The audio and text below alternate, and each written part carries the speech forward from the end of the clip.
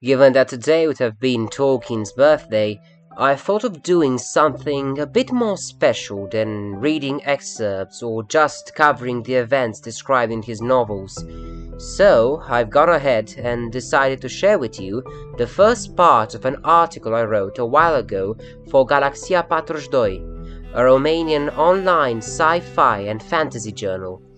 My article focuses on the influence of the Christian myth on Tolkien's legendarium, so without further ado, let us dive right in. The influence of Christianity on the mythology of Middle-earth is undeniable, for Tolkien was a devout Christian. Perhaps some readers and film viewers will be surprised by this observation, given the apparent lack of any religious cults or practices within the renowned The Lord of the Rings trilogy, with the exception of a few blessings that allude to the Valar. The author himself stated in one of his letters that The Lord of the Rings is of course a fundamentally religious and Catholic work, unconsciously so at first, but consciously in the revision. That is why I have not put in or have cut out practically all references to anything like religion, to cults or practices in the imaginary world, for the religious element is absorbed into the story and symbolism. You'll see along the way that it is not at all difficult to recognize certain elements of the Christian myth within this legendarium. Perhaps you have already glimpsed some of them. I will focus mainly on The Lord of the Rings, as it is Tolkien's most famous work, and on the author's correspondence and interviews. But I will also occasionally refer to the Silmarillion and other secondary works, as well as external analysis. In an interview given in 1968, Tolkien emphasized that, although the events of the 3 volumes of The Lord of the Rings take place in an imaginary pre-Christian era, his legendarium is monotheistic. When asked who exactly is the one god of Middle-earth, Tolkien replied, "The one, of course. The book is about the world that God created, the actual world of this planet."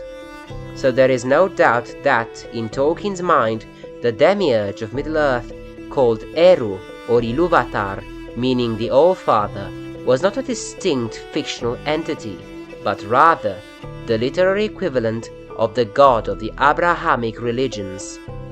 After the creation of the world, Eru delegated authority and regency to the lords of the West, the Valar, angelic beings of the highest order.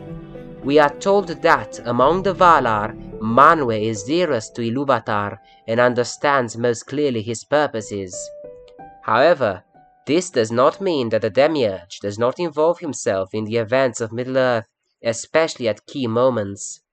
The other power then took over, the writer of the story, by which I do not mean myself, that one ever-present person who is never absent and never named. Ilúvatar's interventions include blessing the creation of the dwarves by Aule, the smith Valar. Although the dwarves were not part of God's original plan, Ilúvatar nonetheless gave souls to them and adopted them as his children alongside elves and men. Eru would perform a similar act in the case of the Ents, the shepherds of the forest, at the request of Yavanna, Aule's wife and the Valar equivalent of Mother Nature. The Númenórean catastrophe. Facing the immense armada of the Númenóreans, who, led by Sauron, might have ruined even Valinor itself, the Valar pleaded with Eru to intervene. Then a chasm opened in the sea, swallowing the entire Númenórean fleet, while a great wave crashed down upon their island, submerging it. The faithful Númenóreans, led by Elendil and his sons, Isildur and Anarion, were able to escape the disaster in their ships, driven by a wind from the west towards Middle-earth. Not even the Dark Lord escaped the demiurge's wrath, for Sauron was caught by the great wave, and the fair form in which he had done so much evil was destroyed. As divine punishment, Sauron would never again be able to take a fair shape. The entire scene is comparable to the biblical story of Noah's Ark and the flood, but Tolkien's version also carries echoes of the Atlantis myth. The changing of the world. As a result of the Númenórean catastrophe, Eru reshaped the world. The earth was no longer flat, but became round, and Aman, the land of the Valar across the sea, was removed from the sphere visible to mortals. Only the elves could henceforth find a way to the true west. The resurrection of Gandalf. The wizard himself tells the three hunters, Aragorn, Legolas, and Gimli, when he meets them, that he has been sent back to complete his mission. Of course, Gandalf does not reveal to readers or film viewers who exactly sent him back. Some have assumed it was the Valar. Tolkien, however, clarifies in one of his letters that this was one of Eru's interventions as the supreme authority of Middle-earth. Surely some might now wonder how truly monotheistic Tolkien's imaginary world can be, given the presence of the Valar.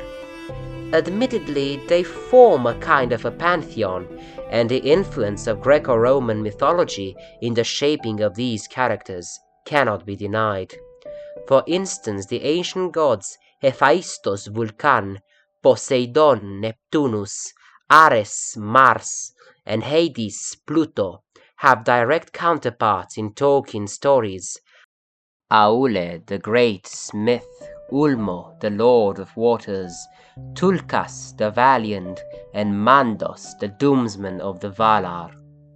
Others have also suggested Germanic mythology as a source of inspiration for some of the Valar.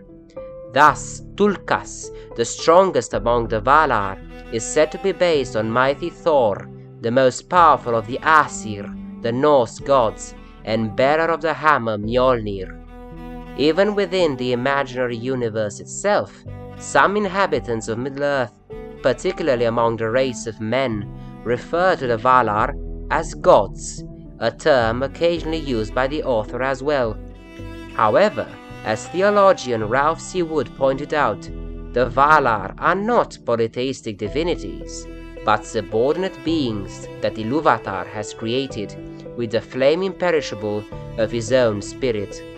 Thus, although they borrow attributes from pagan deities, the Valar and their lesser attendants, the Maiar, more closely resemble the angels of Christianity. Indeed, Tolkien himself described these spirits as angelic powers organized in a hierarchy.